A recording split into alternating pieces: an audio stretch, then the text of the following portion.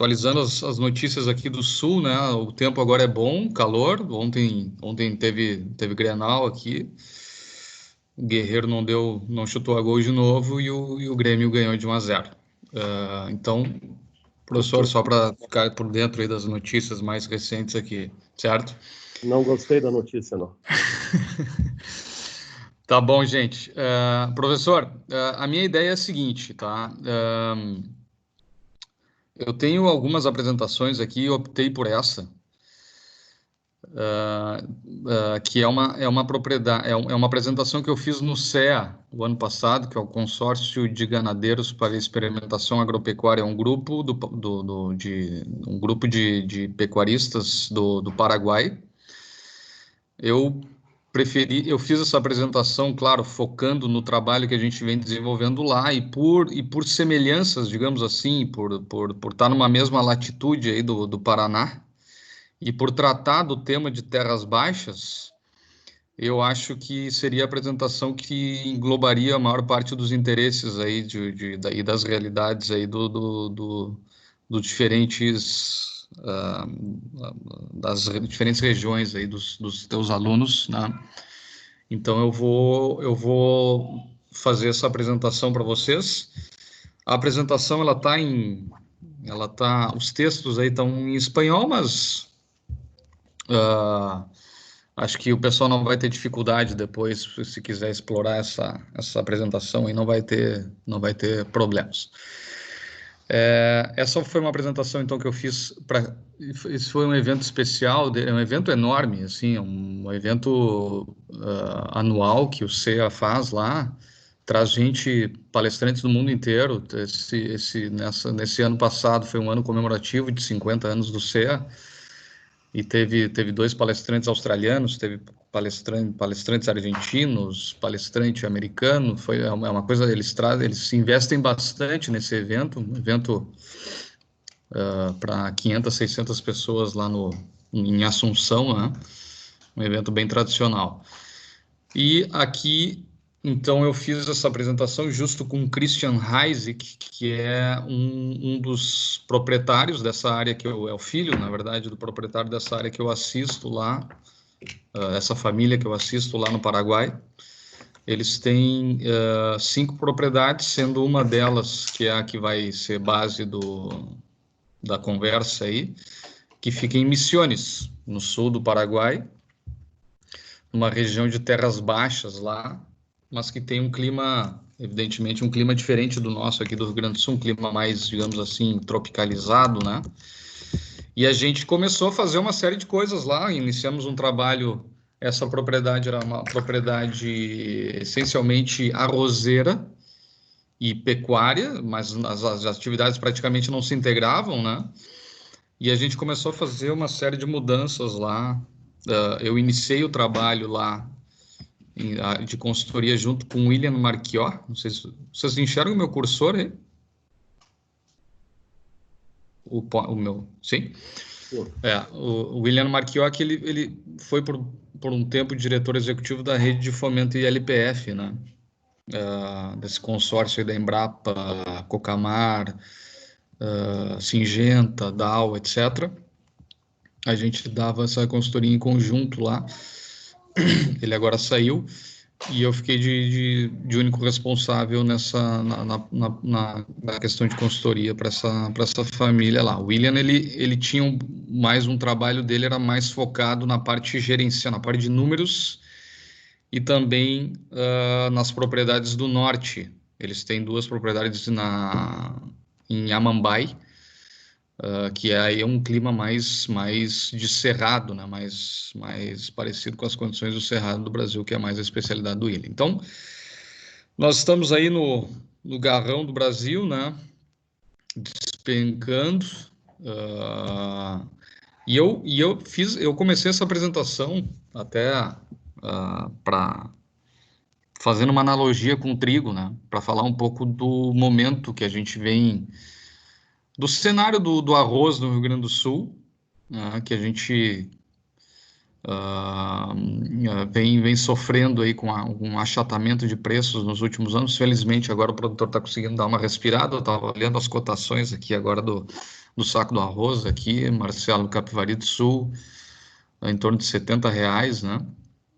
Então, perto do que chegaram a pagar há pouco tempo atrás, isso é o dobro do que estava sendo pago.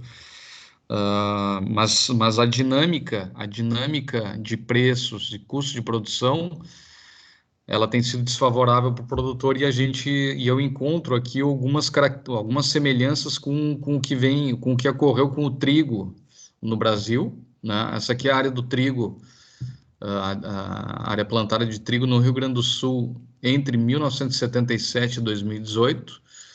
Reparem que no ano de 1978, 79, a gente chegou a ter no Rio Grande do Sul 2 milhões de hectares de trigo semeados. E hoje a gente tem aí algo em torno de 600, 700. Agora parece que vai dar uma aumentadinha na área de trigo aqui no Rio Grande do Sul, em função que o preço do trigo está bom e o pessoal quer tirar um pouco do prejuízo que tiveram com soja, né? A gente teve uma safra historicamente negativa aqui em função da estiagem. Então, esses são os números que a gente chegou já a ter e os números atuais, né? Isso muito em função, essa diminuição ocorreu muito em função das aberturas de mercado, com a assinatura do Tratado do Mercosul, principalmente, que facilitou a entrada aí de trigo, principalmente da Argentina e Canadá, Estados Unidos, com uma qualidade maior e um preço mais baixo, né? Então, isso fez com que a gente tivesse principalmente aqui, se vocês forem ver, ó, que foi a época realmente que o Mercosul embalou, a gente chegou a ter uma área cultivada de trigo perto aí inferior a 300 mil hectares, né? No Rio Grande do Sul, quando que já chegou a 2 milhões. Então, para vocês terem uma ideia de como o Brasil é pouco competitivo de modo geral em várias culturas, né? E o trigo é uma delas. E o arroz, a gente tem observado um fenômeno semelhante. Essa é a área de arroz no Brasil de 77 a 2018. Reparem também que a gente teve aí, já chegamos a ter aí, claro, tem que somar o arroz de sequeiro, né? O arroz do Brasil Central. Era muito comum a abertura de áreas no Cerrado do Brasil, e logo após a abertura dessa área se cultivava arroz por 2 anos, né? Antes de entrar com soja. Esse arroz passou a ser cada vez menos competitivo e também contribuiu muito para esse tombo na área semeada de arroz. E nós temos atualmente em torno de 1.700.000 hectares cultivados no Brasil. Desse 1.700.000, cerca de 1 milhão de hectares cultivados aqui no Rio Grande do Sul e algo como 150 mil hectares em Santa Catarina. A gente, nessa última safra, o pessoal do IRGA, aí, o Marcelo, o Juliano, não me deixem mentir, me corrijam se eu estiver errado, mas a gente, esse ano, no Rio Grande do Sul, ultrapassou, retrocedeu na área, né? E tivemos aí, depois de muito tempo, uma área inferior a 1 milhão de hectares no Rio Grande do Sul. Com essa subida do preço que a gente está tendo agora, eu imagino que essa área vai crescer um pouco já na próxima safra, mas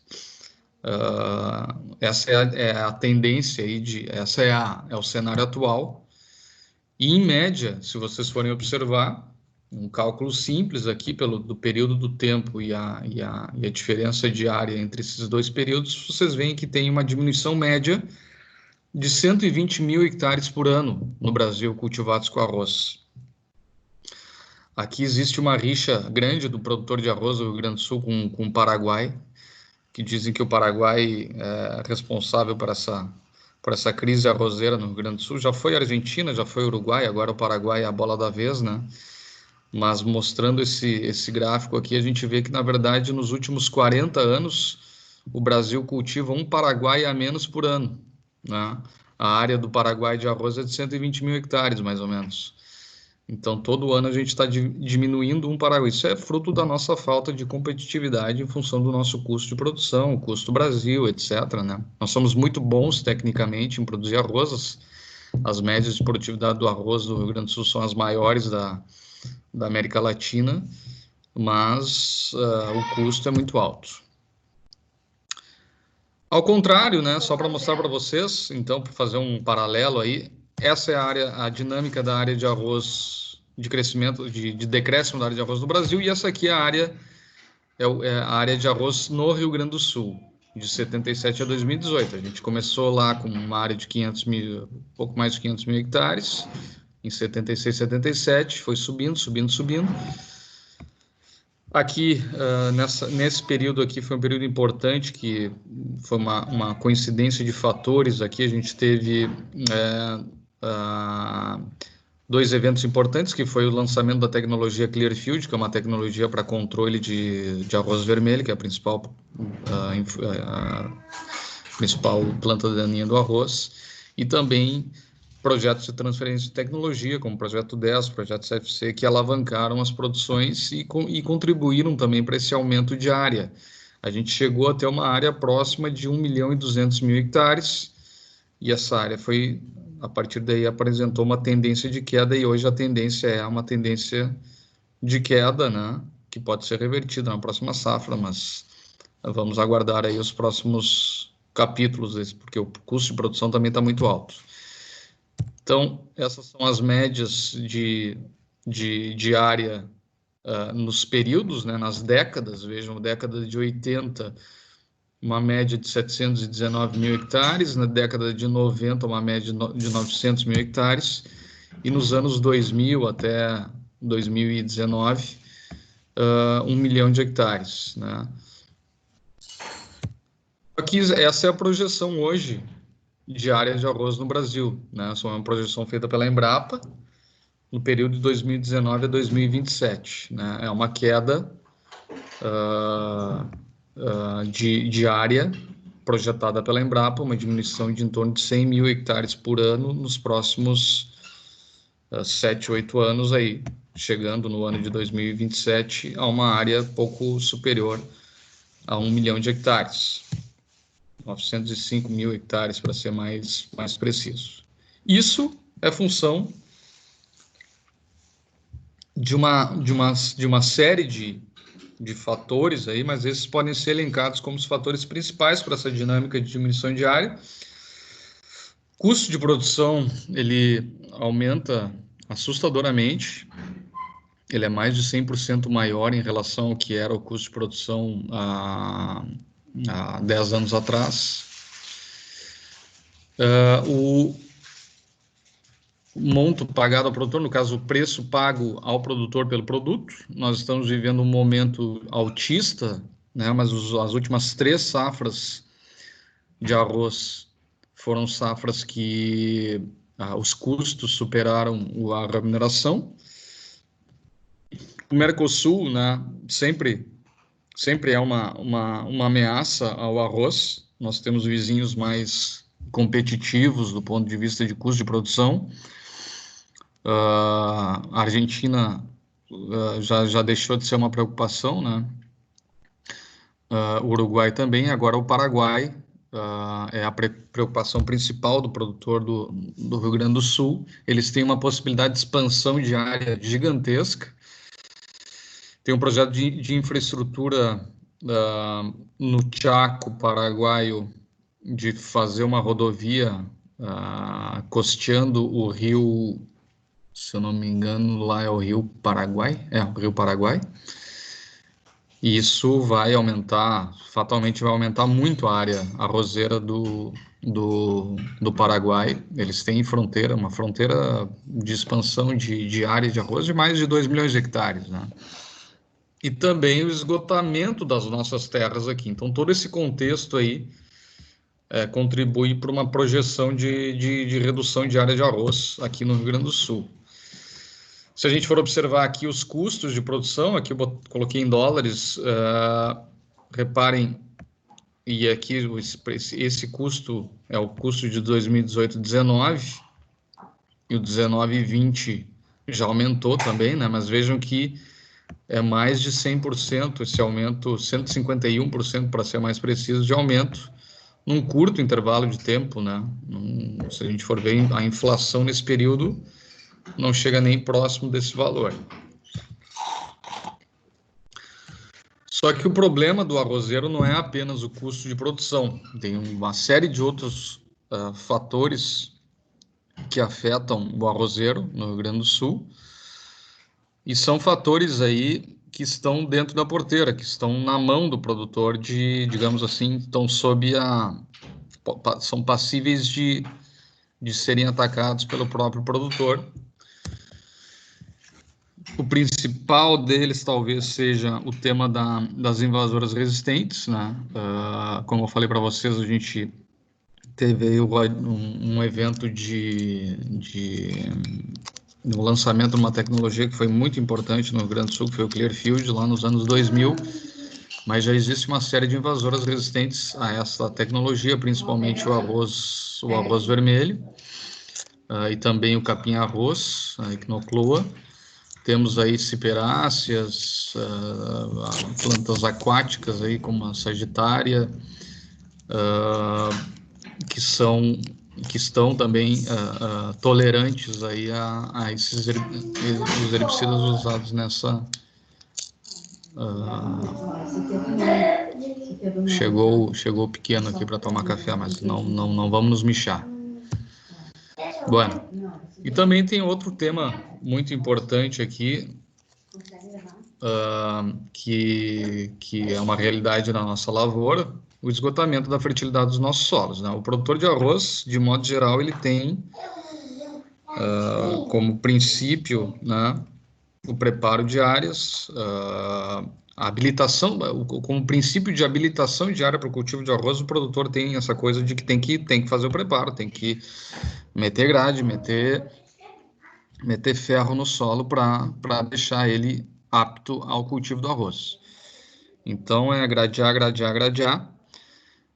Vejam, essa aqui é uma imagem que sintetiza um pouco essa questão do esgotamento da fertilidade dos solos. Uma área preparada, né? Toda ela gradeada, e uma valeta, um dreno que tira. Importante para o pessoal que não é da área do arroz, né?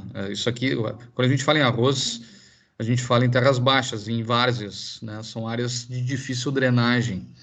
São áreas que muitas vezes, eram banhados, e são solos hidromórficos, na maior parte deles. Então, a dificuldade, são áreas que necessitam da construção de uma infraestrutura de drenagem para que se possa fazer todas as atividades mecanizadas, né? Então, o produtor faz muito disso, né? Faz os preparos e envaleta, drena a área para que o excesso de água saia dos quadros, né? Para que se possa ter essa condição do seco aqui para fazer as atividades. Isso tem as suas implicações, né? Isso aqui, o que vai sair aqui, né? Vai sair argila, vai sair nutrientes, vai sair material orgânico. Então, isso é uma coisa que a gente tem trabalhado aí com força, várias instituições de pesquisa aqui do Rio Grande do Sul, para tentar reverter essa prática do produtor do arroz, né? Partir mais para o plantio direto. Então, aqui, essa é uma área, esse é o cenário. O produtor passa a grade, incorpora a palha de arroz, nivela o terreno e envaleta, né? Para que essa área passe aí o inverno e parte da primavera o mais seca possível, para possibilitar que a semeadura seja feita no momento adequado, que é ali a partir do início de outubro, na maioria das regiões do Rio Grande do Sul. Isso vai ter um custo, né, pessoal? Um custo para o sistema de produção. Vejam que essa é uma foto que caracteriza bem essa questão da falta de cobertura nas áreas arrozeiras. Isso aqui é um preparo que foi feito no outono, a área não foi semeado nenhum tipo de planta de cobertura, isso aqui só vegetação espontânea, e essa área sempre aberta, né, para que o excesso de água escorra para fora, o que Isso aí para ciclagem de nutrientes é terrível, né? A gente não tem plantas nem animais para fazer esse trabalho. Então, o que a gente precisa fazer, né, para fazer com que o cultivo de arroz se torne mais sustentável, né? Sustentável,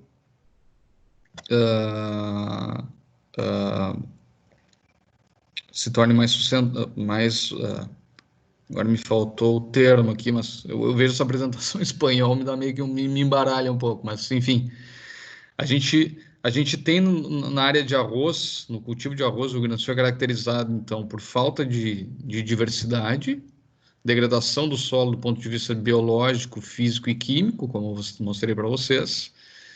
A gente tem resistência a plantas invasoras, né? A gente tem cada vez maior dependência de insumos em função de todos esses manejos que são feitos, né? Vulnerabilidade econômica, né? Então, quais são as alternativas que a gente tem para a reversão desse cenário, né? Essa é a principal, no nosso ponto de vista, a principal alternativa para o produtor de arroz hoje, né? É deixar de ser arrozeiro e ser mais produtor rural e partir para a integração lavoura-pecuária, né? No meu ponto de vista, não é uma alternativa, é uma via obrigatória hoje, né? Pelo menos a rotação de culturas, né? E o que é essa integração lavoura-pecuária? Bom,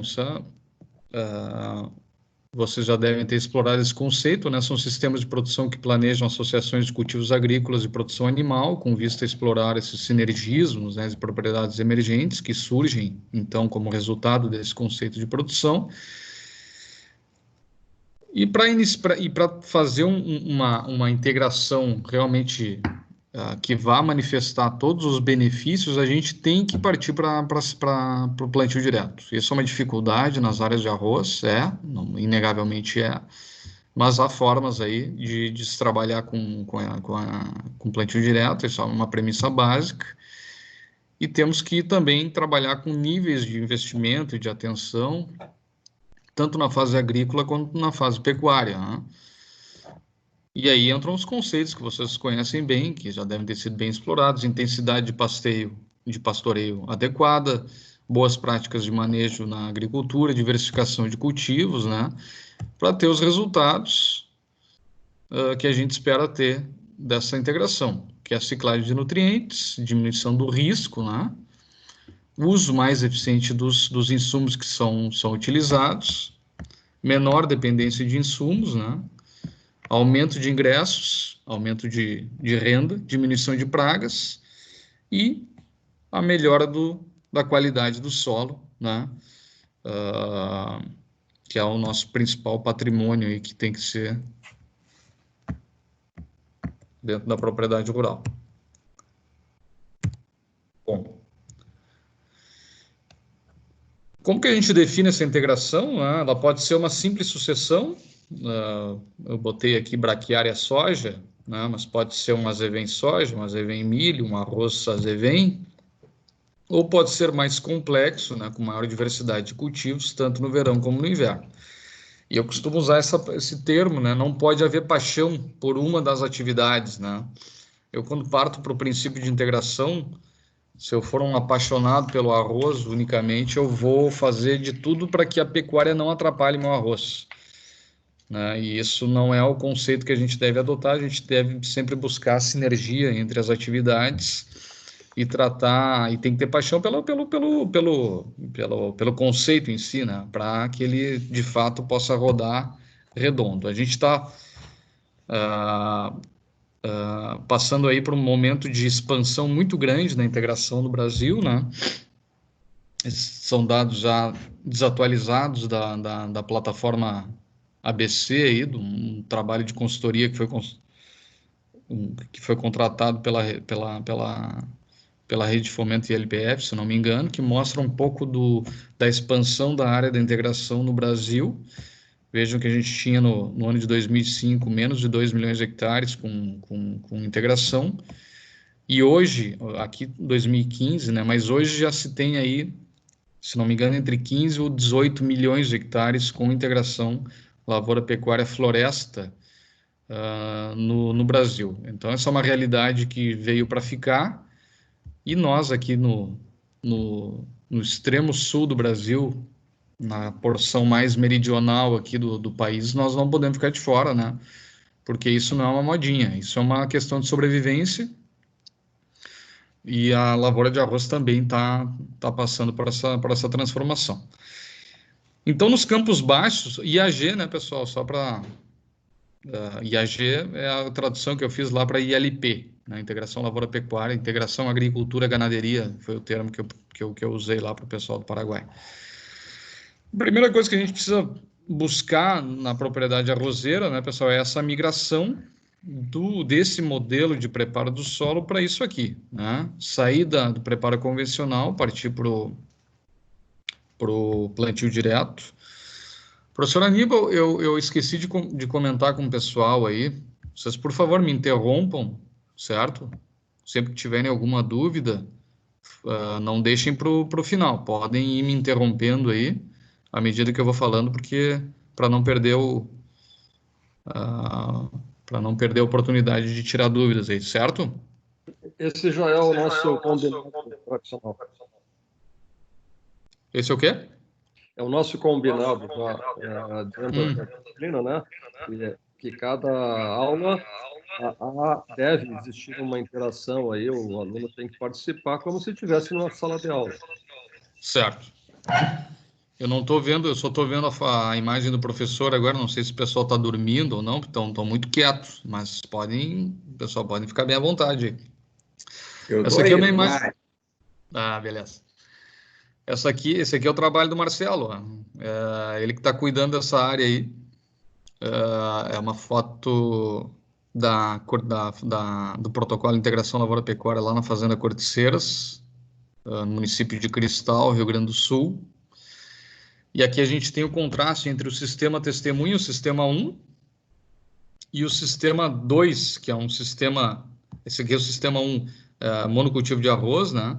Esse aqui é o sistema 2, são 5 sistemas aqui, mas esse aqui é o sistema 2, que é arroz sobre arroz, também é monocultivo de arroz, mas em plantio direto com a presença da pecuária no inverno. Já é uma evolução muito grande em relação a isso, né? É claro que existe uma série de dificuldades para fazer isso no ambiente de terras baixas, mas a gente tem trabalhado com esses conceitos nesse protocolo. Então, para fazer essa migração, a gente precisa, então, buscar a semeadura direta, a diversificação de culturas, e esse protocolo também tem sistemas que tem a soja, que tem capim-sudão, que tem milho, que tem campo nativo de sucessão, e buscar, dentro do possível, a inserção do componente animal, né, dentro do sistema de produção. Aqui também é outra imagem do protocolo da Corticeiras, aqui já contrastando o sistema 3 e o sistema 4. Esse aqui, o sistema 3, é um sistema que tem um ping-pong, que a gente chama ping-pong arroz-soja. E aqui está, no caso, com arroz nesse ano, né? E tem sido o sistema aqui, no meu ponto de vista, que é o que tem sido de maior sucesso. E aqui nós temos o sistema 4, que é um sistema mais diversificado, que teve no primeiro verão capim-sudão, depois no segundo verão soja, depois entra milho no terceiro verão, e no quarto verão ele entra com arroz. Sempre, esses dois sistemas sempre com pecuária no inverno, certo? E claro, a gente tem que estar bem ciente do risco, né, que é colocar cultivos de sequeiro em terras baixas, né, pelas dificuldades principalmente pelo risco de excesso hídrico, né, após eventos de chuva aí. Então, precisa ser feito todo um trabalho de infraestrutura dessas áreas para possibilitar a sua rápida drenagem e viabilizar esses diferentes cultivos. E a importância, né, da entrada da pecuária nesses sistemas de produção arrozeiros, né, já que os solos têm sido nos últimos 100 anos muito golpeados aí por essa questão da grade em cima de grade, né? Então, o componente pecuário pode e deve ajudar muito nessa reconstrução desse solo, da qualidade desse solo, nas várzeas e de modo geral, por essa promoção do acúmulo de biomassa vegetal, de matéria orgânica, né? Promoção de maior retenção de nutrientes no solo. E isso tudo vai nos trazer uma menor dependência de fertilizantes, de insumos de modo geral, e uma diminuição de custo de produção, que é aí o principal, a pedra no sapato do produtor de arroz hoje no Rio Grande do Sul. Existem alguns critérios básicos aí que não diferem muito dos critérios de terras altas, né? Mas convém lembrar os critérios básicos de sustentabilidade da LP em campos baixos, né? A gente tem que trabalhar com essa intensidade de pastejo adequada, né? A intensidade de pastoreio que vai determinar se o sistema vai ser sustentável ou não. A gente tem muitos sistemas degradados pela ação do animal, por mau manejo, né? Aqui no Rio Grande do Sul e nas terras baixas também. E essa foto já mostra um pouco do que a gente tem que buscar em termos de intensidade de pastejo, né? Esses critérios aqui, pessoal, vocês já devem estar bem familiarizados, né? Mas como foi uma apresentação para produtores, a gente tem que reforçar como se define um bom pastejo, né?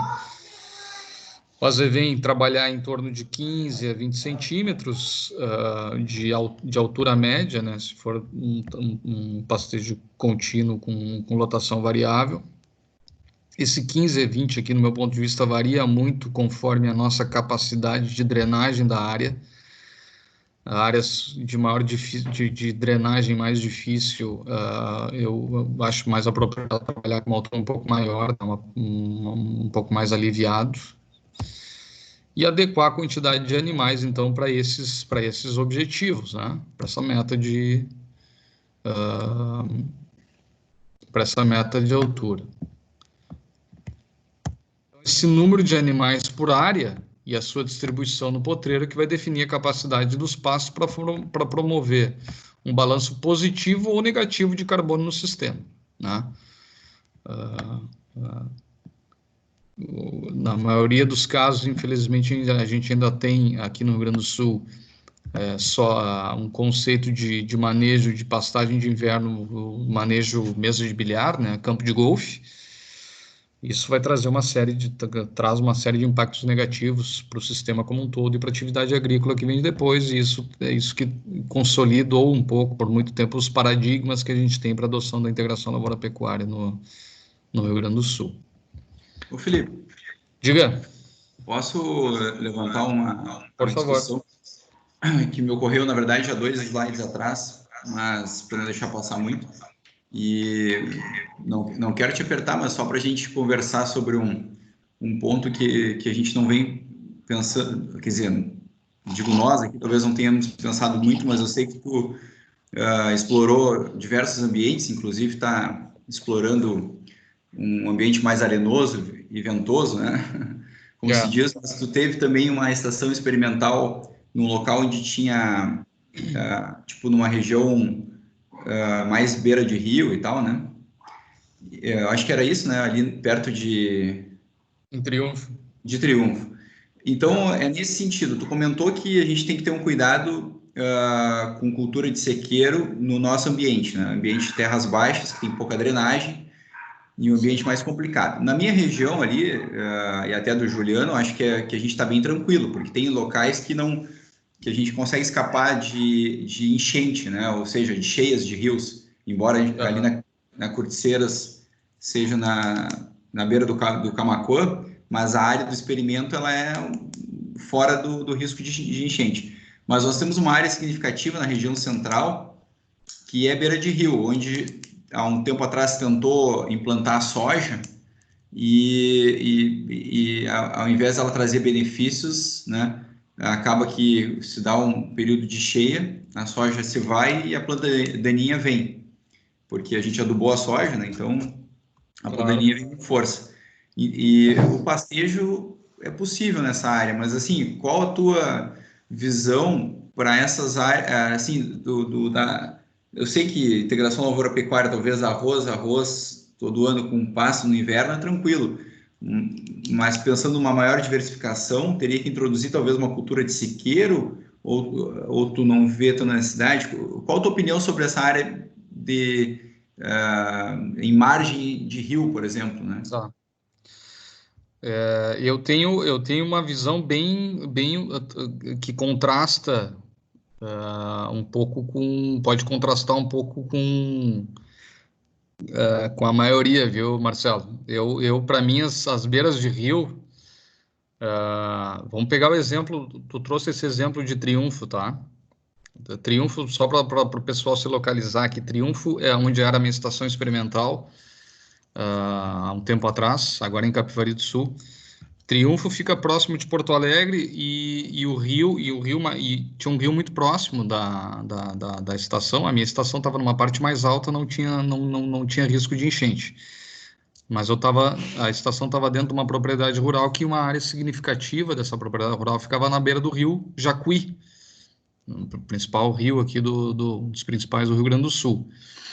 E uma ampla área suscetível à inundação. Essas áreas suscetíveis à inundação, elas foram cultivadas, evidentemente, né? Quando se começa o empreendimento arrozeiro numa área, normalmente se começa do rio, na beira do rio para cima, né? São as áreas que se abrem primeiro para fazer o empreendimento. E foi o que aconteceu nessa propriedade. Há muitos anos cultivando arroz nessa área. A área de beira de rio normalmente tem uma fertilidade maior, justamente por essa questão das cheias, né? Que traz são áreas de uma cota mais baixa. E nessa propriedade, essa área especificamente era a área mais rica em fertilidade da propriedade e também a área mais infestada por invasoras. A última vez que eu tenho notícia que se cultivou arroz lá, a produtividade foi de 4.000 quilos por hectare, né? Sendo que a média do Rio Grande do Sul está perto de 8.000, supera 8.000, e isso em função da quantidade de daninhas. O que eu vejo, né, para essas áreas, e já tem alguns produtores fazendo isso, se é uma área, Marcelo, que tu tem a garantia, tu tem praticamente garantia de fracasso no arroz, certo? Tu já tem invasoras resistentes aos herbicidas que a gente tem hoje, e tu sabe que essas invasoras dependendo do manejo, tu vai ter pressão de invasoras, e é uma área também que tu tem um risco muito grande para soja, ou para sorgo, ou para milho, né? Se é para tu cultivar soja numa área dessas e colher 1.500 quilos por hectare, ou 2.000 quilos por hectare, ou se é para tu cultivar nessa área arroz e colher 6.000 quilos por hectare, tu não faz nenhuma das duas coisas, né? Porque tu vai ganhar muito mais com a pecuária nessa área. Justamente porque essas plantas que infestam a área de arroz são plantas que têm, muitas delas, uma ótima qualidade forrageira. E são plantas que já estão adaptadas àquele ambiente. O capim-arroz, por exemplo, o capim-arroz causa calafrio no arrozeiro, mas o gado adora. E é uma planta de altíssima produção, né? Essas áreas de beira de rio, pela fertilidade que elas têm, embora, claro, se tu tiver uma atividade pecuária nessa área e vier a cheia, bom, tira o gado, né? Tira o gado ali por, sei lá, por quanto tempo aquilo ali vai ficar. É como se tu pudesse tirar a tua lavoura de soja dali e botar em outro lugar. Não é impossível, né? Mas com o gado, tu realoca ele, claro, tu vai daqui a pouco sacrificar um pouco uma outra área em função de que tua área vai diminuir em função da cheia, mas os animais podem ser retirados ali e voltar. Essas áreas, elas têm um potencial de produção de pelo menos 500 quilos de carne por ano. Isso eu não tenho a menor dúvida, né? Se fizer... Diga, professor. Aí tem uma série de estratégias aí que se pode lançar mão, né? O sujeito ter uma área bem acima em que ele possa ter uma estrutura para um período, às vezes 20 dias, que dificilmente vai passar disso, 20, 30 dias, em que ele possa colocar os animais num confinamento, ou num semi-confinamento, já com um feno ali, numa situação de emergência, né? Quer dizer, Claro. não tem erro com a pecuária, a gente tem uma flexibilidade enorme. Coisa que, como tu falaste, a lavoura não tem, perdeu, não tem como mexer, né? E o gado tem essa maleabilidade, né? Tem Felipe, outra coisa, professor. Diga. não posso deixar de comentar, porque a área do meu pai, ela é de várias, ela fica ali em Estrela, a 50 metros do rio Taquariantas. Então, a gente tem essa área de várias, e aí esse ano, né, teve esse incidente. E desde o ano passado, meu pai era produtor leiteiro na área, então era milho, em cima de milho e mais pastagem no inverno. E todo ano tem esse incidente da cheia. Esse ano, por exemplo, ela acabou danificando bastante, porque ela trouxe muito sedimento e tapou o azevém que nós tínhamos implantado na área. Um azevém assim pronto para receber ureia, né? Mas são coisas da vida, né? Acontece. Só que o interessante é que desde o ano passado, quando nós tivemos uma cheia fora de época, que foi em novembro, nós decidimos por não plantar na área de várzea e ter ela como pastagem de verão e agora de inverno, né? E isso facilitou o manejo, principalmente para não perder solo, porque as propriedades vizinhas que têm um manejo diferente acabam deixando no pousio até, ou revolvendo, perderam assim uma camada grande de solo esse ano, as áreas ali da região, e a nossa ganhou uma camada de, exatamente como tu falou, uma camada de solo de uns 5 centímetros, que foi o que tapou a azevenha, e cheio de banco de semente também, né? Então a gente está só esperando para ver o que vai sair dali, né? Vai sair um monte de porcaria para a lavoura que é comida para o gado. Isso eu posso te garantir. Nós temos reparado. E ontem mesmo eu estava visitando aqui, Marcelo, um produtor de Viamão aqui que irriga com água do rio Gravataí.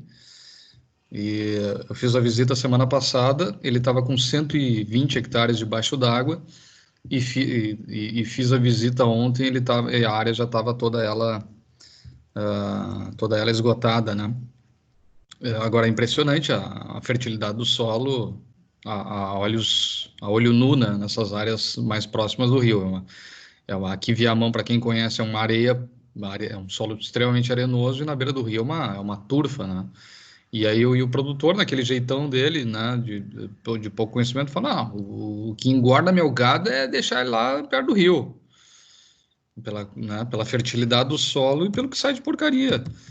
Então,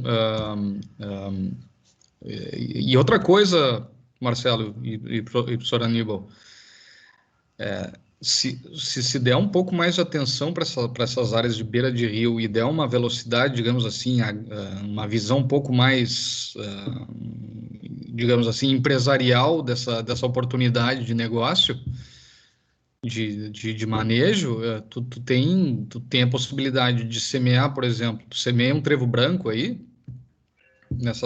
claro, tem que procurar mantê-las bem drenadas durante o inverno, e nas partes onde tu tiver um menor risco de uma inundação permanente, né? Porque tem áreas que podem ficar aí 15 dias debaixo d'água, tem áreas que podem ficar 3, 4 dias debaixo d'água. Então, nessas áreas tu tem a possibilidade de implantar um trevo branco e fazer ele virar o ano, porque tu tem a infraestrutura de irrigação do arroz, e tu pode dar banho nessas áreas, né, durante o verão. Aí o céu é o limite, né? Tu tem ali uma mescla de trevo branco com capim-arroz, com arroz vermelho. Aí pode-se chegar, isso relato de produtor, tá? Pode-se chegar a 1.000 quilos por hectare por ano de produção de carne nessas áreas, dando esse tipo de manejo. Aqui em Mostardas, Marcelo, uma área assistida por um dos nossos consultores aí, A Bebela, não sei se você já ouviu falar, a Bebela, ela está fazendo esse sistema, né? Ela, claro, ela tem um custo de irrigação baixo, né? E no verão passado ela levou essas áreas onde ela colhia 6.000 quilos de arroz, levou a banho com pecuária. E é impressionante, né? Impressionante o que tu pode produzir. E aí tu tem uma oportunidade de utilização daqui a pouco por ter uma oferta maior de comida numa época onde tem uma oferta de gado, né? Aqui no Rio Grande do Sul é assim, na metade norte do estado, toda a pecuária do inverno desce para a metade sul praticamente, né? Aqueles animais que não foram terminados, porque a soja toma conta lá.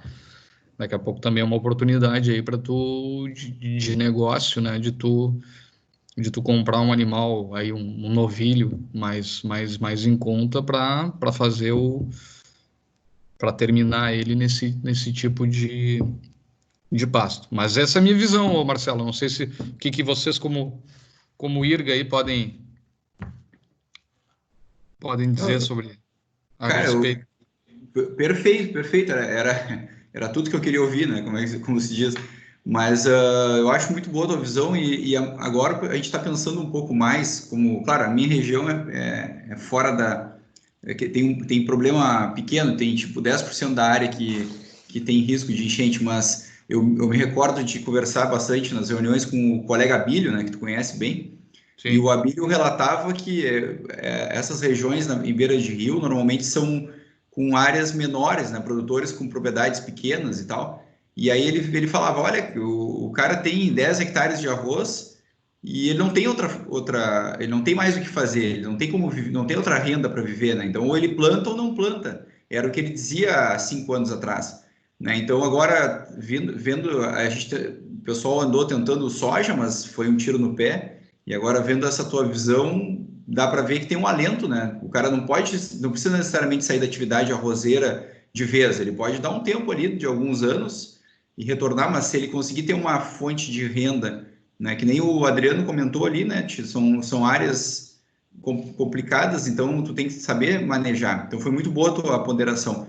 Só vou perguntar mais uma dúvida. O banho em trevo, por exemplo, ou em qualquer outra coisa, é banho com área sistematizada ou tu não desmancha as taipas e dá banho no inverno ou no verão, enfim? As experiências que eu tenho são todas com áreas ou muito pouco, ou muito suaves ou sistematizadas, tá? Não, áreas mais onduladas eu não posso te dizer. Mas como é um banho que tu não precisa te preocupar muito, não é que nem a soja, né? Que tu tem toda aquela coisa de bota água rápido, tira água rápido, com trevo e com azevém, não. Tu dá um... Por isso que eu acho que pode funcionar com taipa, entendeu? Tu dá o banho, faz molhar bem toda a área, não te preocupa muito com... Porque aquilo ali resiste 4, 5, 6 dias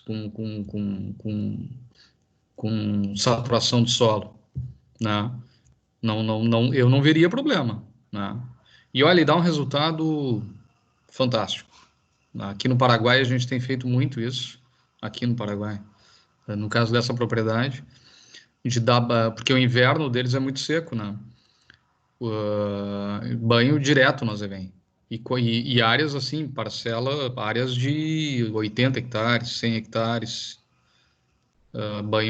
levanta o canal, banha, deixa banhar bem a área e tira a água. E tem sol, né? Explode. Né?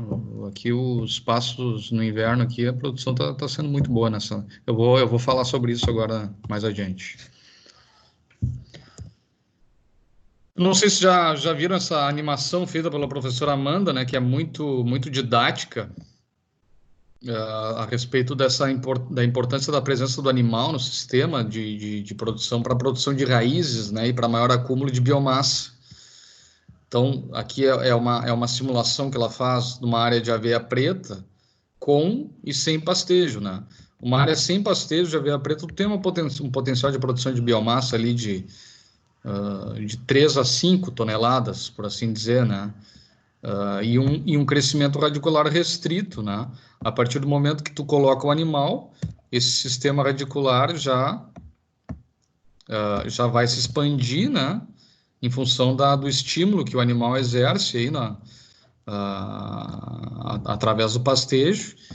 E a produção de massa aqui vai ficar em torno de 6, 7 até 8, dependendo do material, 9 toneladas por hectare. E, proporcionalmente a isso, a gente vai ter uma maior expansão e produção de raízes, né? Isso é muito positivo no sentido de construção de uma qualidade física, estrutural do solo, né? Que vai, né? Que favorece aí, por exemplo, né? A movimentação vertical do calcário, né? E também essa ausência de preparo do solo e a presença dos animais é combustível aí para o nosso famoso rola-bosta, né? Fazer o serviço dele de levar os excrementos aí, de construir as galerias e levar os excrementos em profundidade, também os insumos em profundidade. Então, essa maior produção de raízes, fruto da integração, vai melhorar essa estrutura, vai trazer maior biomassa microbiana, vai estimular o processo de agregação, né, com agregados maiores e mais estáveis, pela proteção física e química dos compostos orgânicos. E todo esse serviço que vocês estão vendo aqui, pessoal, que é feito pelos animais, tudo isso a um custo muito baixo, né? A um custo muito baixo do ponto de vista de exportação de nutrientes, né? Se a gente for comparar o que se extrai de nutrientes pela carcaça animal e grãos, a gente vai ver como esse serviço que os animais fazem assim, praticamente de graça, né? São praticamente operários aí que trabalham de graça para o sistema de produção. Aqui eu fiz uma conversão para ficar mais claro para o pessoal lá de nitrogênio, fósforo e potássio, eu converti para ureia, superfosfato triplo e cloreto de potássio, né?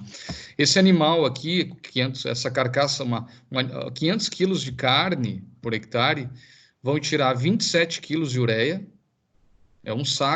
meio saco de ureia, vão tirar 8 quilos de super triplo e 1,2 quilos de cloreto de potássio. Enquanto que um arroz de 10 toneladas tira 310 quilos de ureia, 53 de super triplo e 40 de cloreto de potássio, e a soja nem se fala, né? 400 quilos de ureia, fósforo 44 quilos e potássio 83 quilos, cloreto de potássio. Então, o benefício que o animal traz para o sistema de produção é ainda maior se a gente for pensar na exportação de nutrientes que ele causa, né? E a gente sabe onde é que vai parar boa parte desses nutrientes, né? Eles voltam para o sistema através do esterco e da urina. E quanto mais a gente tiver a presença desse pasto diverso, né, e bem manejado, melhor vai ser o aproveitamento dessa turma aqui, disso aqui, né? Mais efetiva vai ser a ciclagem de nutrientes e menor vai ser a perda de nutrientes. E o resultado no médio prazo é esse, né?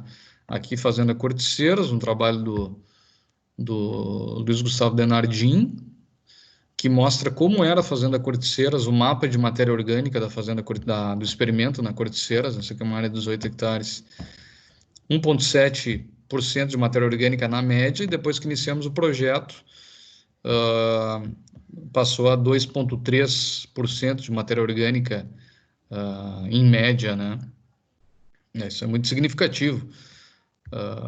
Um aumento em tão curto espaço de tempo, isso aqui muita gente, né, fica de cabelo em pé vendo tamanha diferença, quase, sei lá, 50% de acréscimo em 2 anos, né? Isso é muito significativo. Não é só matéria orgânica, o fósforo também, ó.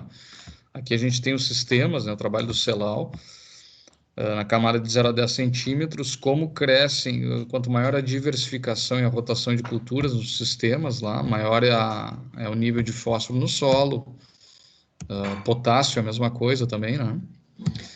E tudo isso, né, é viabilizado em terras baixas por drenagem, fertilização adequada e pastejo moderado.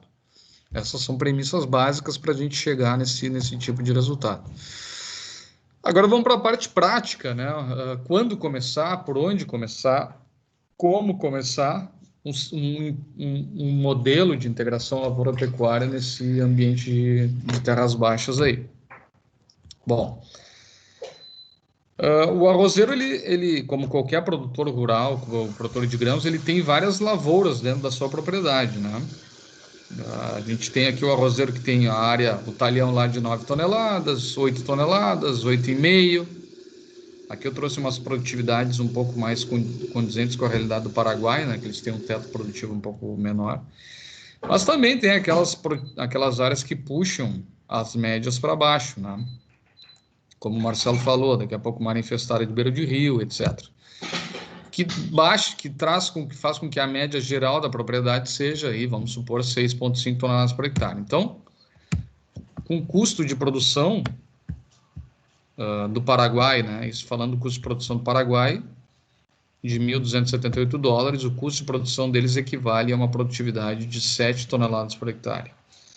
E aqui a gente vê que nesse modelo o produtor está tendo prejuízo em função dessas áreas que puxam para baixo, né? Então essas seriam as áreas para saírem do arroz por um determinado tempo até serem recuperadas e atingirem os mesmos níveis de produtividade das melhores áreas.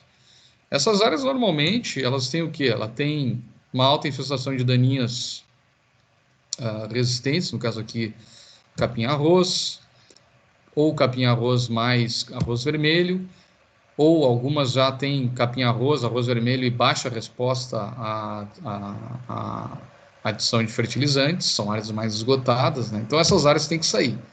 Essas áreas não têm futuro para o arroz, mas elas podem ser utilizadas de outras formas, né? E aí a gente traz um pouco do trabalho que vem sendo feito nessa propriedade lá no Paraguai, chamada La Teresa. Essa é uma imagem aérea, aqui estão os silos. Eles trabalham muito com silo bag lá também para armazenamento de arroz. Uma propriedade típica, propriedade de Misiones aí no Paraguai, aqui, ó, só para mostrar, para ubicar vocês aí. Aqui está San Inácio e a propriedade fica mais ou menos por aqui, ó, bem no sul do Paraguai. Eu, quando vou de carro, saio por São Borja aqui, passo por Posadas, na Argentina, Encarnação, e venho até aqui San Inácio. As outras propriedades, só para curiosidade aí de vocês, elas ficam em Paraguari, tem 2 propriedades de cria em Paraguari, já mais próximo de Assunção, e outras 2 propriedades aqui nessa região. Daí de cria e terminação, aí aqui vocês vejam que já é cerrado, né?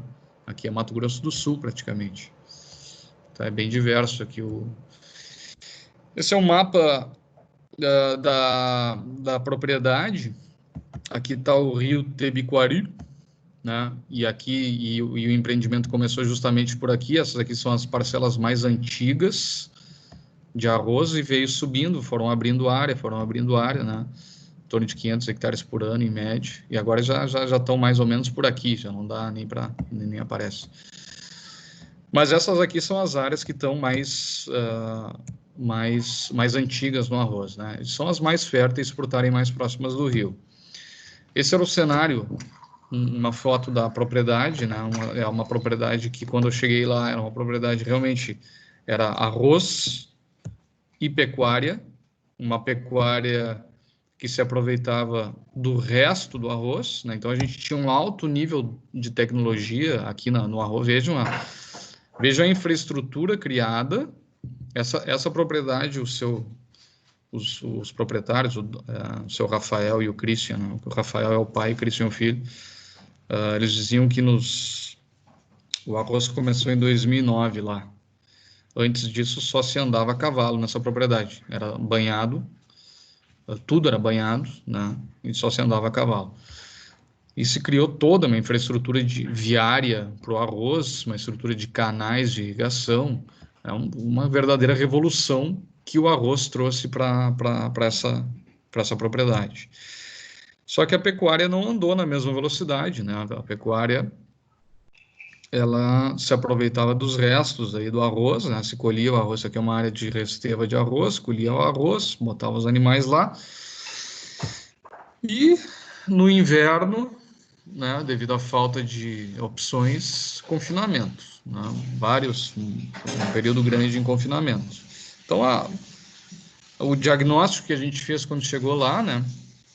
Os pontos negativos era a repetição de cultivo de arroz durante muitos anos numa mesma região, infestação de capim de arroz vermelho e capim-arroz em algumas partes já, a ausência de rotação de cultivos, não existia soja nessa área, uma baixa utilização do potencial do campo natural, os campos nativos lá são bastante parecidos com os nossos aqui em algumas partes da propriedade, baixa produtividade das poucas áreas de sorgo para silagem que eles faziam, em função principalmente do desconhecimento dos processos de drenagem, dificuldades para conciliar as atividades agrícolas e pecuárias em momentos críticos, né? Sempre que dava algum aperto, né, a máquina, o trator, sempre para a agricultura.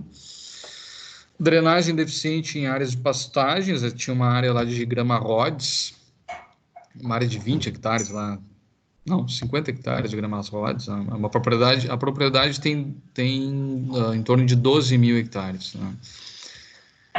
E uma disponibilidade de forragem desequilibrada durante todo o ano, né? E uma alta dependência do confinamento.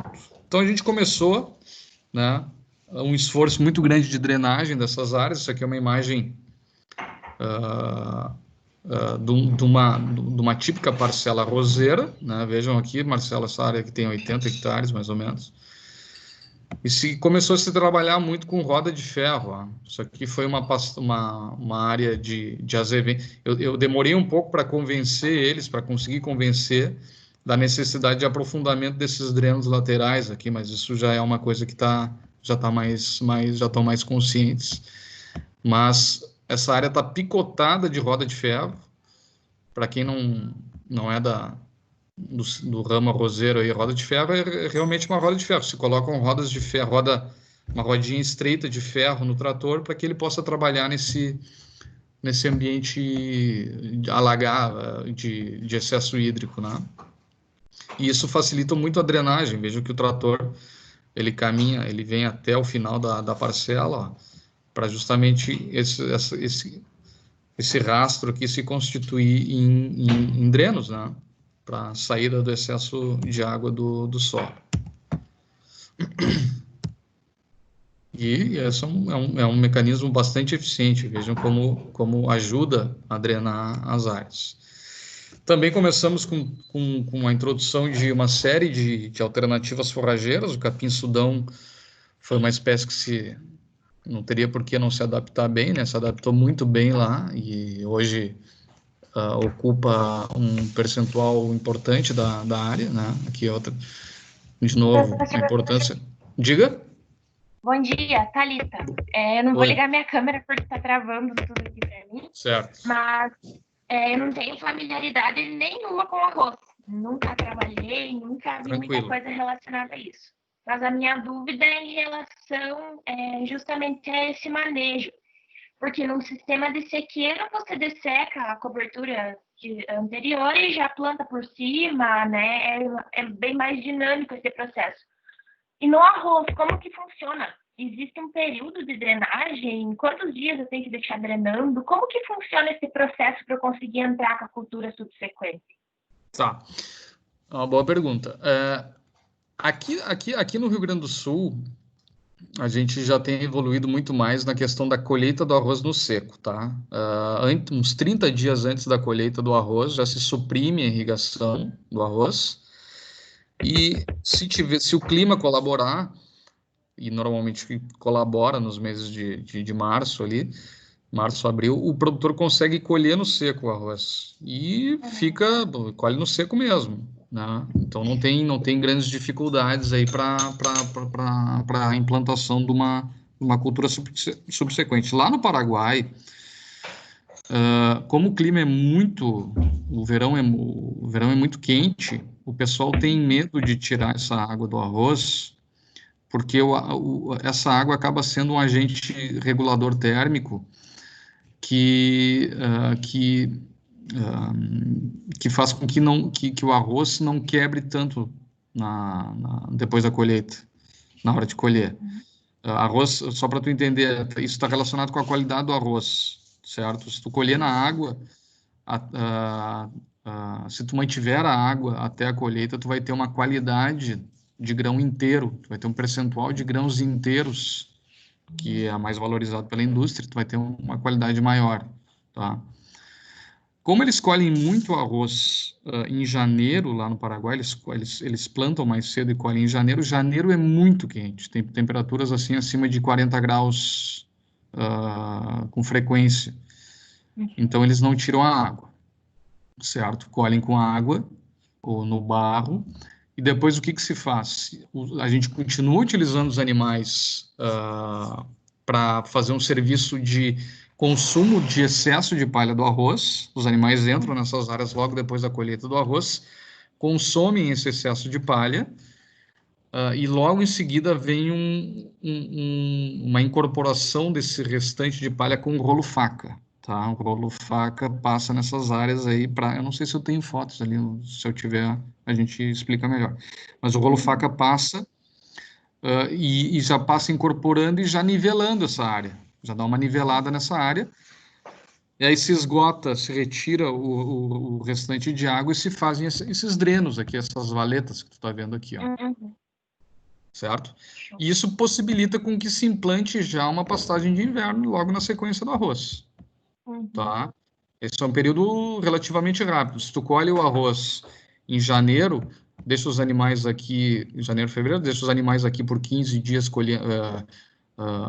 comendo o excesso de palha de arroz, passa o rolo faca, ali em abril tu já vai ter essa área habilitada para o plantio, para a semeadura de um pasto de inverno. Estamos já aqui também caminhando para o plantio direto nas áreas de arroz que são colhidas a partir do mês de março, porque eles têm uma semeadura bem escalonada do arroz. Eles plantam o arroz que eles chamam arroz de inverno, plantam em agosto e setembro. Outubro é muito chuvoso, eles voltam a plantar em novembro, até o final de novembro, início de dezembro. Esse arroz de novembro, início de dezembro, eles vão colher lá em abril. Esse já dá para colher no seco. Daí já dá para ir para o nosso conceito de colheita no seco, tá? Bom, não sei se... É isso, tá. Qualquer dúvida pode me interromper. Então, tá. Então, aqui a gente tem já uma imagem da diversificação, né? Uma área que deixou de ser arroz, passou a ser capim-sudão. E também o azevém, né? O azevém entrou, assim, caiu como uma luva no sistema. Eles não conheciam o azevém lá. E o clima lá é muito favorável ao azevém, porque o inverno deles é um inverno ameno e seco. Então, eu costumo dizer que lá eles não têm inverno, eles têm... não é outono, inverno e primavera, eles têm 3 primaveras lá. E como tem essa infraestrutura do arroz, a gente costuma dar banhos nesse azevém. E aí, bom, aí...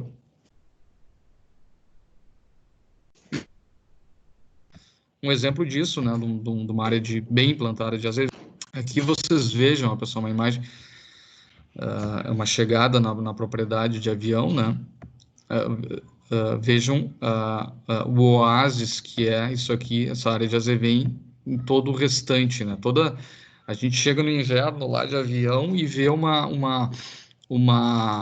oásis verde no meio de uma imensidão amarelo palha, né? Que é o que vocês estão vendo no entorno aqui. E aqui vejam, toda a infraestrutura, né, de irrigação para o arroz, ela serve... Isso aqui são áreas arrozeiras, né? São áreas que... O rio Tebiquari está para esse lado aqui. Não, o rio Tebiquari está para esse lado. A água vem aqui para esse canal e irriga o arroz. No caso aqui está servindo também para os banhos no azevém. Banhos assim de... né? Essa aqui é o canal de irrigação. É o canal Taipão, que eles chamam, o canal principal, que libera água para esses canais uma cota inferior, se levanta a água desses canais aqui, essa água vem entra por por gravidade aí e inunda todos esses quadros aqui. Drenagem, né? Esforços em drenagem muito grandes, né? Investimento em drenagem para que não fiquem áreas alagadiças aí. A aveia também tem ido bem lá. Também estamos com bastante aveia preta nesse inverno lá. As áreas de pastagem de inverno nesse ano, que eu não consegui ver ainda porque está fechada a fronteira, mas está muito bom, são em torno de 800 hectares. O trevo branco lá, existia um paradigma de que não dá trevo branco no Paraguai, e que na verdade não dava trevo branco no Paraguai, porque agora dá, e basta adicionar fósforo, né? A gente fez essa adubação com fósforo nessas áreas e o trevo está quase virando um problema lá de tanto que dá. Trevo branco, né? Aqui imagens de uma parcela com azevém. Pessoal que não... Aqui nós temos esse vaqueiro aqui ele é um chaquenho, né? É um original do Chaco. Ele disse que dá vontade de pastar isso aqui, porque está acostumado com outro tipo de pastagem, né? O azevém com a sua... Parece um alface, uma lechuga, como eles costumam dizer. Aqui uma área de consórcio de azevém com trevo da Pérsia. Também foi muito bem lá, mas a gente vai acabar optando por trabalhar só com trevo branco nos modelos de sistemas de produção que a gente tem lá, mas o trevo da Pérsia também foi muito bem. E como a gente está numa região, uma transição ali entre subtropical e tropical, também a gente teve relativo sucesso aí na implantação de pastagens perenes tropicais, né? Essa aqui é uma área de MG5, não havia pastagem perene nessa propriedade, MG5. Uma área de, se eu não me engano, Maasai, aqui Maasai, aqui é MG5 ainda, aqui é o Maasai. A gente tem geadas lá, né? Isso aqui é uma imagem feita depois de 2 geadas, mas essas áreas todas, depois com uma retomada do calor, elas todas rebrotaram. E fizemos também, estrategicamente, lá algumas áreas, todo ano tem alguma área de sorgo silageiro, justamente para atacar aí algum problema eventual que a gente tenha de oferta de alimentos. Então, eu não sei se vocês conseguem ver aqui os silo bags, né? Isso aqui é um silo bag.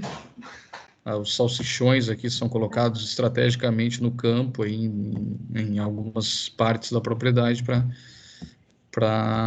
o animal se alimentar em determinados momentos.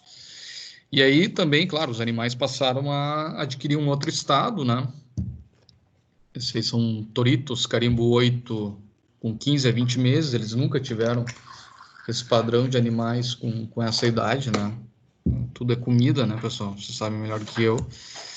E os campos naturais também a gente está implantando lá um trabalho de melhor uso do campo natural. O campo natural lá sempre foi usado dessa forma. Nada muito diferente do que é feito no Rio Grande do Sul aqui, né, professor Aníbal? Campo rapado, 2 estratos bem definidos do que é bom e do que é ruim. Mas estamos lá já trabalhando de outra forma também, até porque os campos estão ficando um pouco mais folgados, né, em função dessa oferta de outras pastagens aí. O inverno, esse ano, como o inverno está sendo muito bom, os campos nativos estão diferidos praticamente, e já vão chegar numa outra condição na primavera. Aí, professor, o que tu acha? Isso aí é uma escola, né?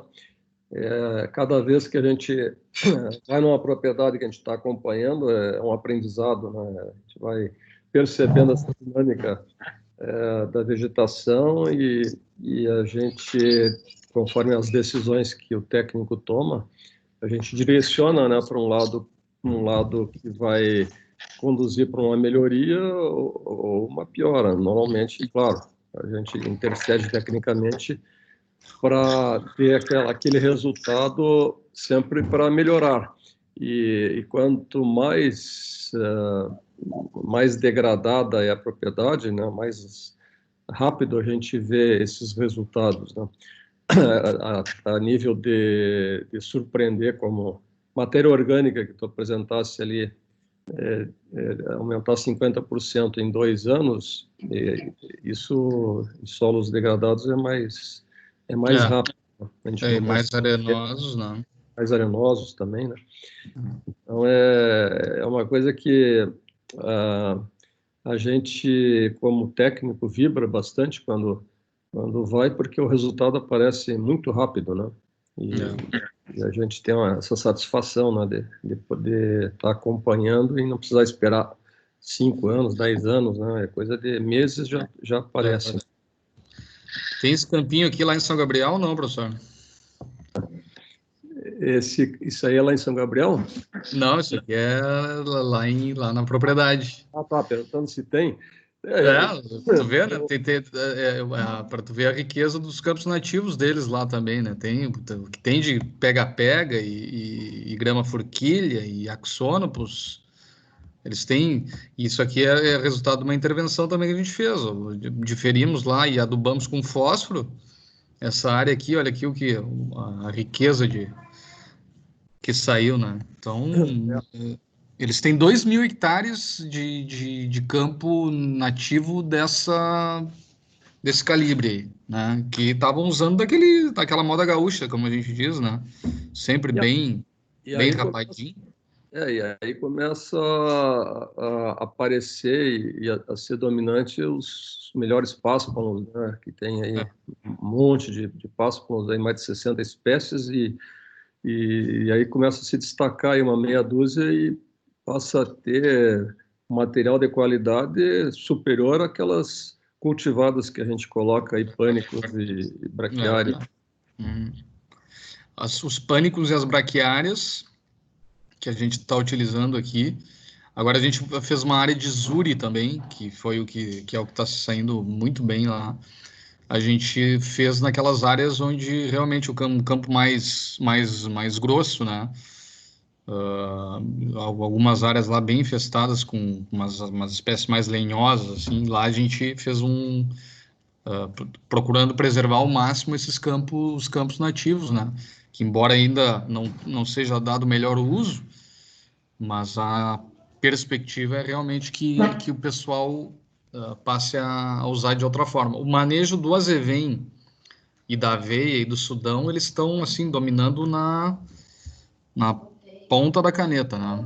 Mas o campo nativo ainda a gente ainda está, mas estamos melhorando.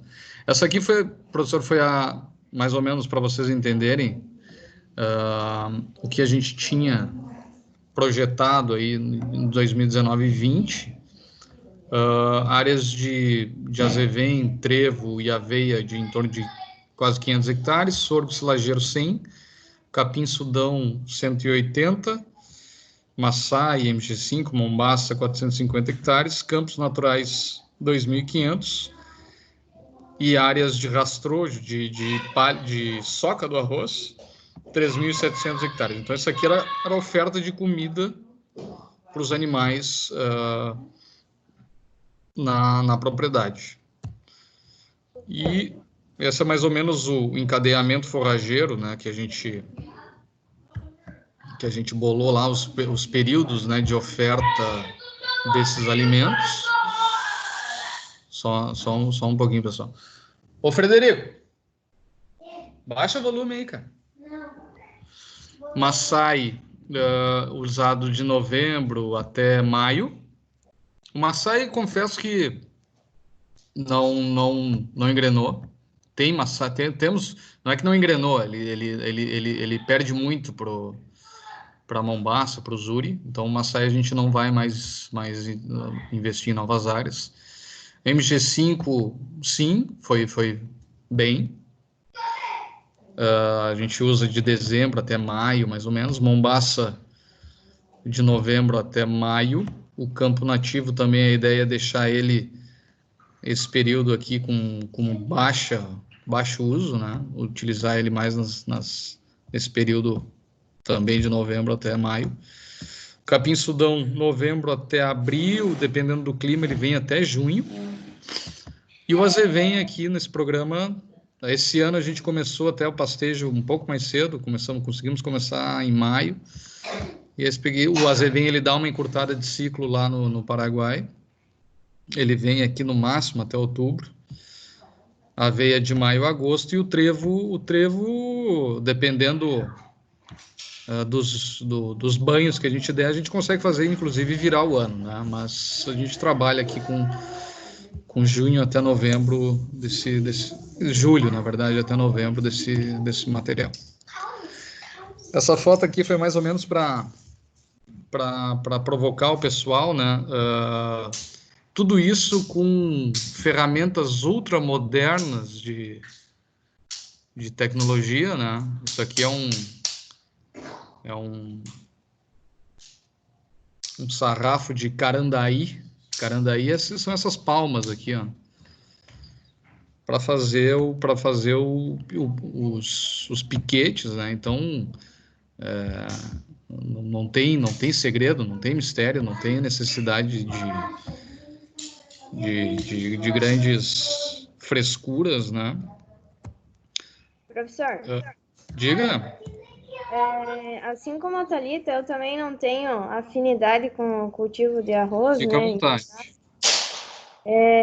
Mas assim, uma dúvida que fica na minha cabeça é como que ocorre o manejo da compactação desse solo, porque eu entendo que são culturas com necessidades diferentes, manejos diferentes, na mesma área, e aí entra o gado. Quais são as atividades mais corriqueiras assim para evitar a compactação ou como que se dá o preparo do solo a cada cultivo? Tá. Solos de várzea, solos hidromórficos, normalmente eles naturalmente já têm uma densidade maior. Tá? Se tu pega um solo bem estruturado aí de Coxilha, do Paraná, um latossolo, não pode nem comparar com o solo de várzea, é muito mais denso, né? Isso já é um dificultador para os cultivos de sequeira. Quando a gente tem o arroz no sistema, a gente necessariamente tem a água, e a água é um agente que vai, né, causar uma reacomodação ali do solo e vai aumentar a densidade do solo. A gente trabalha aqui a implantação do azevém, dos cultivos de inverno é tranquilo, a gente não faz nenhum tipo de intervenção no solo, tá?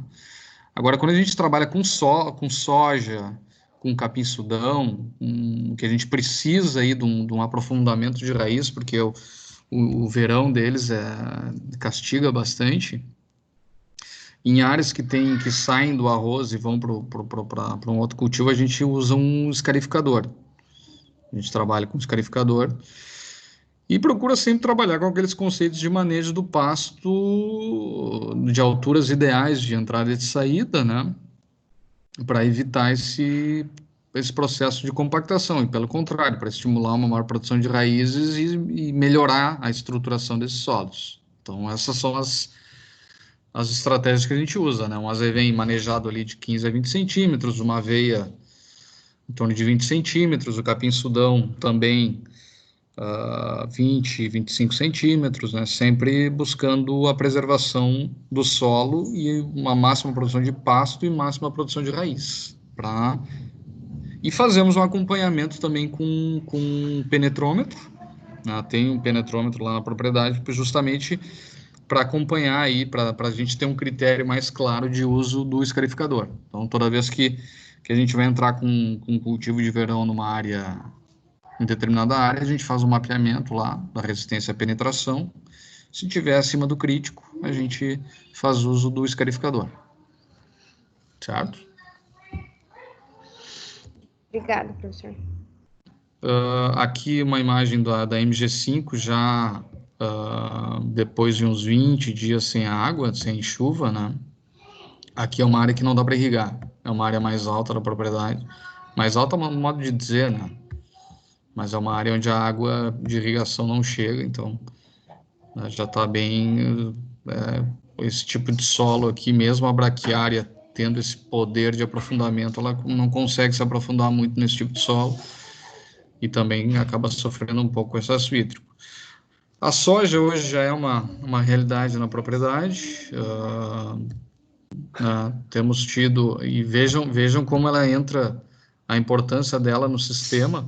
Tudo isso aqui que vocês estão vendo na entrelinha da soja, isso aqui é uma área semeada mais próxima do rio,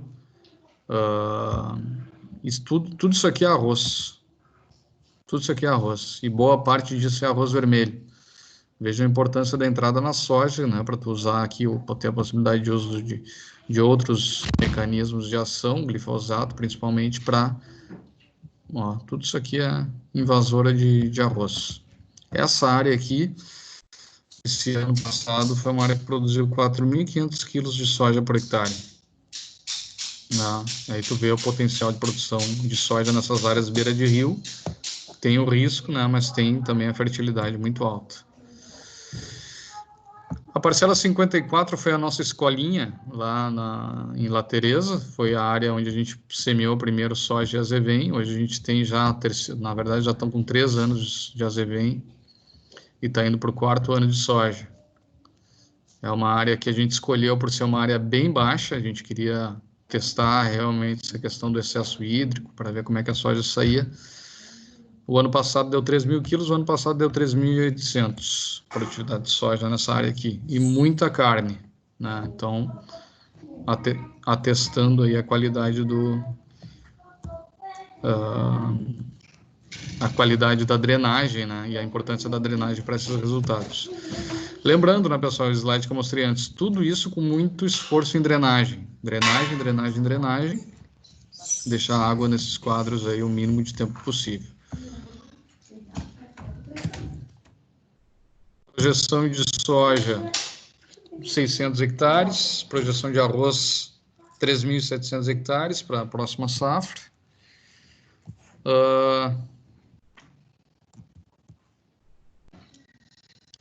Esse slide aqui eu botei para mostrar, né, aqui para o pessoal lá na apresentação, que isso aqui são áreas que já foram mecanizadas, tá? Todas as parcelas já numeradas e tal. E estão se abrindo novas áreas aqui para cima, né? E aqui a gente tem um contraste entre o que é uma área virgem e o que é uma área mecanizada. 2 áreas lado a lado, né? Isso aqui está no limite entre o mecanizado e uma área não mecanizada. Esse é o cenário que eles encontram quando vão transformar uma área para a agricultura, né? Essa é uma área que valia a 10 anos antes da chegada do arroz. É uma área que valia $50 o hectare, e hoje lá não sai negócio por menos de $3.000 por hectare em área mecanizada, assim, na área. Então é uma valorização muito grande da propriedade, com todo o sistema viário, todo o sistema de irrigação e tal. Então é um crescimento muito grande. Qual é o futuro que a gente enxerga para essa propriedade, né? Chegar numa média de produtividade de arroz de 10.000 quilos por hectare. A média da última safra foi de 8.800, excelente para Paraguai, embora seja um pouco acima da média no Rio Grande do Sul, mas Paraguai tem um potencial um pouquinho menor. Soja a gente já viu que tem potencial para chegar em 4.000 quilos por hectare. Carne a pasto, animais jovens, terminados com menos de 2 anos, e buscar ali a sustentabilidade econômica, produtiva, ambiental, cultural e social, né? Essa é uma propriedade que hoje tem 50% a mais de funcionários do que tinha quando a gente começou o trabalho. Então, óbvio, a partir do momento que tu intensifica os processos, tu acaba gerando mais empregos, mais renda, todo mundo ganha, né? Isso foi só para... Diga! Felipe, agora para nós aqui do Sul, que é um pouco mais baixo, tu falou que tu comentou que o potencial para arroz é um pouco mais baixo devido a clima, solo, cultivar as mesmas daqui, eu acredito. Mas o que é o potencial? O ciclo do arroz lá se encurta, né? Por exemplo, o 424 aqui no Rio Grande do Sul tem o quê? 130, 135 dias. lá chega a ter 110, né? Então a planta e as noites lá são muito quentes também, né? A planta respira muito de noite, trabalha muito de noite, não descansa, né? O que a gente conseguiu chegar no máximo de produtividade lá numa determinada parcela, a gente chega perto de 11 mil. Enquanto que aqui no Rio Grande do Sul, tu tem parcela aí, área de, né, parcelinha aqui e ali, que o cara chega a dizer que colheu 14 mil quilos por hectare, né? E o Pampeira lá, a gente está com Pampeira 424. O Pampeira, apesar de na fronteira oeste do Rio Grande do Sul, ele ter, no ano bom, ele tem um potencial maior, 424, né? Lá ele praticamente empata com 424. A média dele lá foi 8.600. A média do Pampeira foi semeado lá em 1.000 hectares, mais ou menos.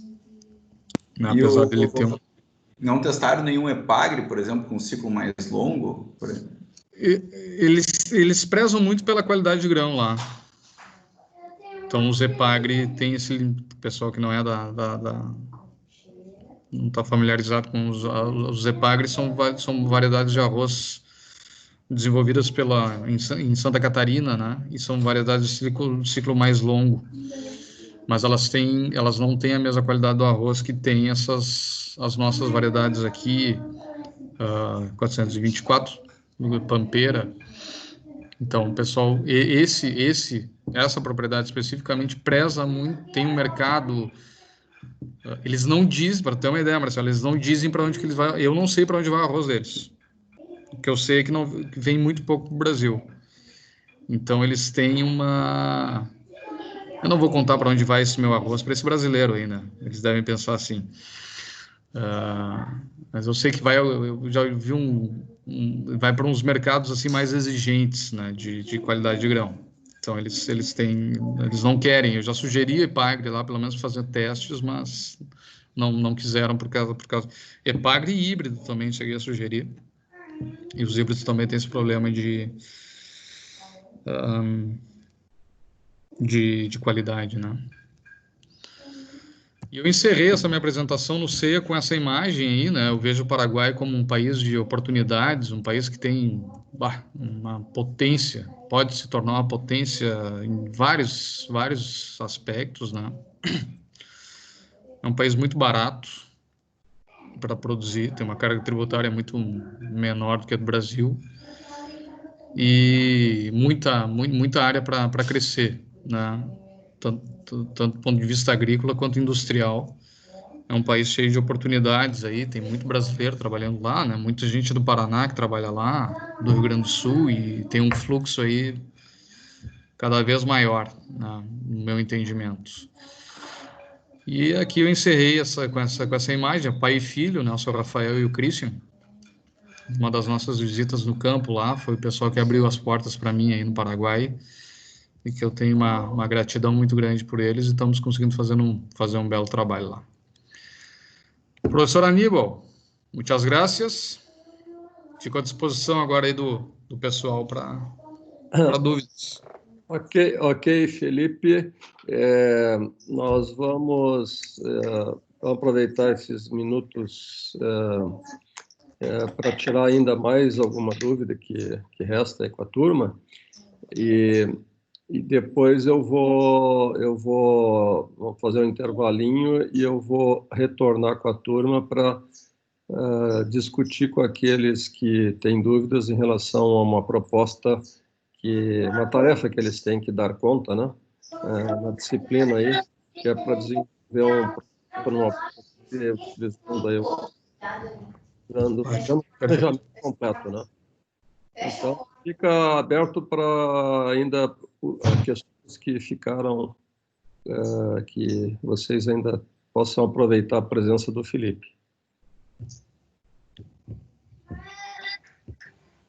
Felipe, eu tenho mais uma curiosidade.